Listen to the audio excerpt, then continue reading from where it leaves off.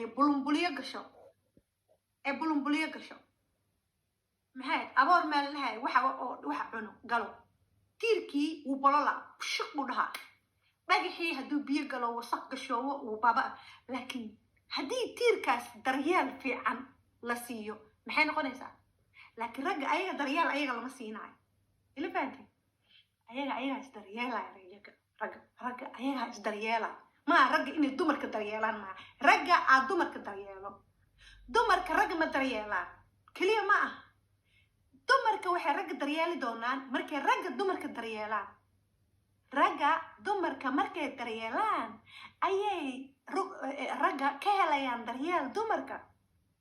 ragga waajibka ayagu saaran yahay maasha allah soo dhawaada ragga Soomaaliyeed mar kale waxaan idin leeyahay nin kastoo nin ragga arrinkan dhageysanayo waxa ilaahay kaaga baryayaa